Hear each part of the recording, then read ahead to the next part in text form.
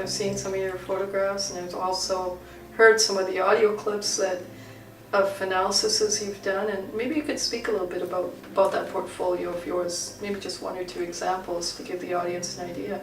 Well, in terms of political analysis, I detected intelligence pertaining to the beginnings of the Iraq War in the inaugural address of President George W. Bush in January of 2001, and I reported that story the following Monday. And I have the air check tape from the radio station on their letterhead on the label that has the entire interview. And not only did I release that information at that time, but I also conducted live analysis of the hosts that were verified on the air at that time. So the veracity of my interpretations was validated through public demonstrations, and the speculations regarding the Iraq War were put out there. But it wasn't until a year, 18 months later that it became a certainty that such a thing would happen. Right. But in the meantime, I had gone on to cover the cases. But that's a very famous case that I disclosed in capacity as it turns out, a whistleblower or somebody who penetrated the veil of secrecy and security surrounding the planning and preparation for war that was not a topic of public discourse in January 2001. And you weren't really disclosing anything because you were just analyzing speech, really. Well, Indirectly you were. I created a report that contained intelligence, and I put that on the air on hundreds of radio interviews leading up to that event. So, yeah. Wow. But there's certain begs political. The question of mind over matter, or us manifesting the reality sometimes that maybe wasn't meant to be or was meant to be. What is that? What was meant to be? Well, nobody knows what was meant to be, but that philosophical argument of we create what manifests, and our thoughts create what manifests, and if all those radio stations were airing that, and people were thinking about that, as a society or a culture, maybe that impacted what came to be. I mean, that's just very philosophical. When we look at the Project for a New American Century, which was the consortium or think tank of individuals who assembled in the late 1990s to author Rearming America's Defenses, they published at that time, and this included leading figures in the Bush administration like Donald Rumsfeld and Richard Cheney. They authored at the time the need to go and invade a series of countries, including Iran, Iraq, Afghanistan, Libya, Syria. So that document had been authored, but it was not a matter of public discourse at that time. It only became public in 2002, I believe, in late 2002, late 2000s, when the Guardian or one of those, early 2000s somewhere. Well, it was before the president. It was it was after the president had been elected. It was after the inauguration. It was actually 18 months after my report that the rearming of America's defenses, or rebuilding America's defenses, was written about in, I believe, the Telegraph newspaper in Britain, and then it became a matter of public discourse. So, although you may feel that in some ways I somehow agitated for I don't feel that was just for the war possibility. In fact, the planning existed, but it was a matter of high secrecy and only known to inner circles. Right. But I penetrated that veil of secrecy and security through this method. Subconsciously. Through this method, I penetrated that veil. And so, what does that say about philosophical questions such as free speech or free will? You see, if I'm claiming and demonstrating that unconsciously we're sharing information that we would never even share with our own counselors or our spouse, then what does it say about free will and volition if we believe that we have so much control?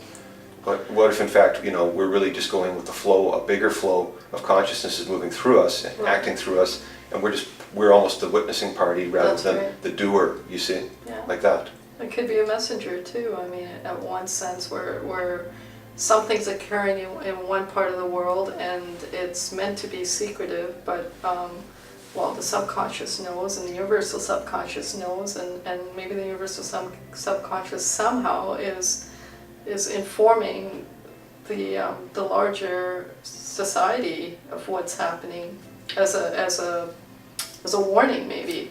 If we accept that the cosmic consciousness is partaking of every conversation and every thought and every action that's taking place anywhere in the world, in spite of politics or borders or language, challenges, the cosmic consciousness is party to all of it. Then those initiatives may be at a cosmic level that humanity, should have a choice about whether or not to believe one set of information or a different set of information.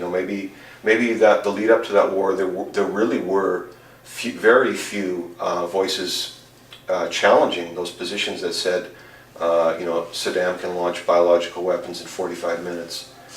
Maybe there were very few Right. voices that challenged those claims, Right. and maybe there was a great need to For create a that balance to occur, for yeah. people to engage heartily in those disclosures and discussions. And I was a very You were adamant voice instrumental, yeah. about.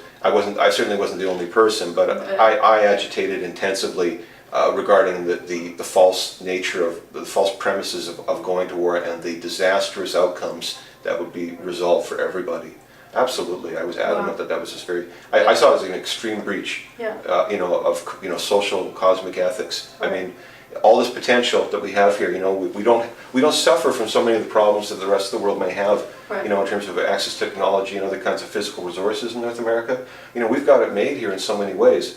But we can turn this into a paradise and share that with the rest of the world, or we can lead the world on a path to total Yeah, destruction. let's trade destruction, absolutely. So we can really blow this opportunity we've been given. If people accept reincarnation, we were born in these lives here to experience this opportunity, but It's a different consciousness, it's a different dynamic in life altogether, and it's a different ethic then too. if we can't It's a translate this, responsibility that comes with that, a huge one. if we can't translate this into some kind of benefit for others, well, we will find ourselves incarnated in those less desirable scenarios on the brunt, the Yeah. receiving end of such, Yeah, violence. And so we have this universal responsibility to our human family to advance as much as possible causes that will support the growth and development of people everywhere, because we know, that poor child who's starving in Biafra is actually the next potential Einstein, the next potential Albert Schweitzer, the next potential gifted scientist and medical doctor who will discover solutions to the problems that we can't solve here. It will come from anywhere in the world where there are people. All this potential is within the people of the world. We have a tremendous responsibility. So I say here, we have to use the opportunities we have to advance those kinds of causes and not get caught up in this kind of nationalism or patriotic fervor and limited perspective that we accept one set of terms for one person, but not for another. not from everybody. Not like that. We need very much a universal approach. And I was heavily influenced, as I said, by my studies in yoga, Yeah. but those were empirical for me. Those were experiential. Yeah. It wasn't just abstract philosophy. Yeah, you already had the innate values inside you, and this was just a way of experiencing them and expressing them. Yeah, I was given that set of values to maybe contribute to helping to create a balance and an alternative path, because again, my opinions and ideas have been on the radar on an international level for years. I was afforded so many opportunities in media, and as I said, I spoke up to 20 million people at a time. So my opportunity to participate and influence discourse, I was given tremendous resources to do that, Yeah. and That comes with responsibility, and you took advantage of that. I did the best I could to make sure that I The didn't. message was portrayed accurately, and yeah, you did. I tried to model good values because I understood that people coming to me with healing crises and emotional issues, they were somewhere along the line they were the victims of a broken social dysfunction, and I needed to help model and educate people about the possibility of change on those levels without inflaming that further, which is what we have today. That we do.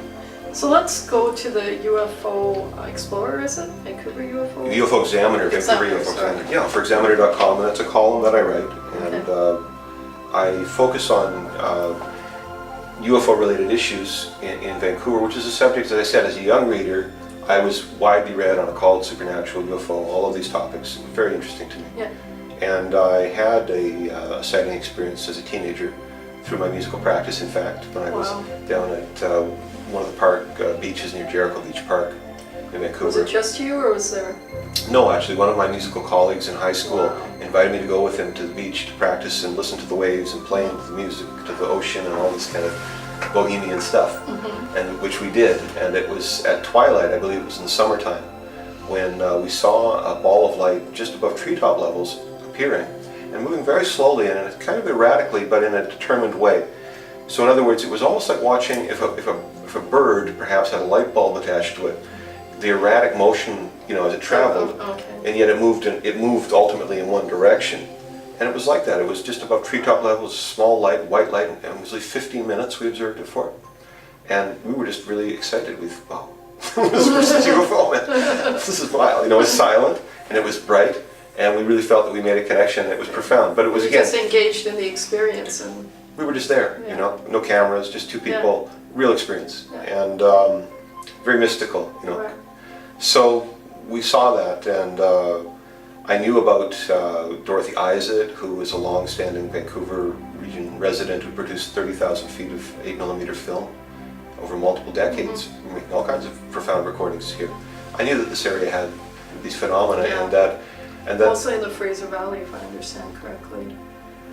well, Dorothy Izett lived in Richmond for a long time, and most of her recordings, I believe, were from there. But Fraser Valley, Vancouver region, yeah, there's no restriction on boundaries here where those entities want to go. It's They'll go. Vancouver Island. Yeah, Yeah. You can find things happening all around. And through writing this column, I've had access to experiencers and videographers from the region and their works and their ongoing sightings and recordings. So yeah, I've been able to help to create some sense of cohesion between the individuals, and to bring their information to more public awareness through that column, as well as performing these speech studies on the witnesses Right.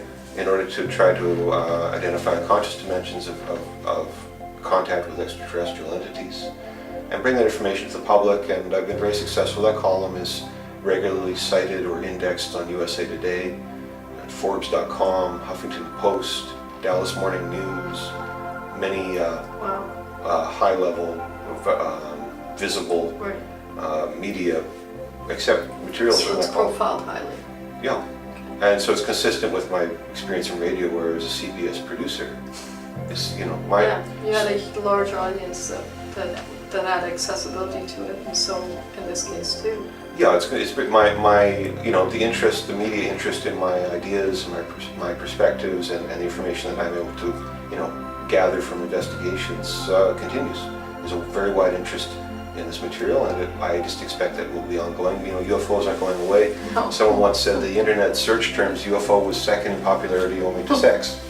So there's many people interested in this subject, and I don't think that's going to stop. And there's many other kinds of initiatives, disclosure initiatives, National Press Club meetings, CSETI, ESETI, SETI, you name There's so it. many studies. Many different people, many academics, credentialed people, as well as people with hands-on experience, particularly in roles in government agencies, military agencies, all coming forward. Everyone has something to say about this, and it won't go away, but I think it's a mystery worth penetrating on a variety of levels, including our dependencies on you know, fossil fuels in the face of apparent free energies. You know, what technologies... Well, if we're here, who's to say that the rest of the universe isn't occupied too with life? I mean, it would be somewhat irresponsible to even think that. Well, these studies show that, in fact, not only is it out in space that other life exists, but it's actually here on Earth, that there's parallel civilizations sharing the planet with I us. can understand that, yeah. Because I don't believe the UFO nuts are commuting light years every day to go, No, you know, no, from here that's to their right. star system. It's just another dimension that's being opened to us, I guess, for some of us individuals who somehow access that dimension. It's the nature of reality. Yeah. The very nature of reality. And we, you know, you see, we exploit this Earth for so many resources, but we don't really begin to understand this place that we live in. But I believe that these civilizations that demonstrate more advanced technologies possess those kinds of understandings, and the possibility that we could learn from them how to have a more harmonized way of life exists.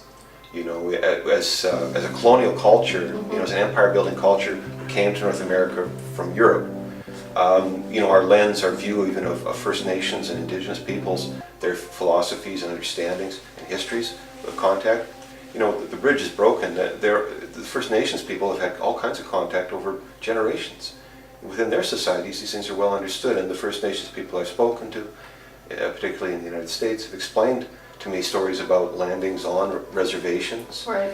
where the shamans are the only people who can remain conscious during the entire event, and the rest of the people who are there will pass out Wow. due to the profound influence of the phenomenon on their consciousness. Their nervous systems can't handle it.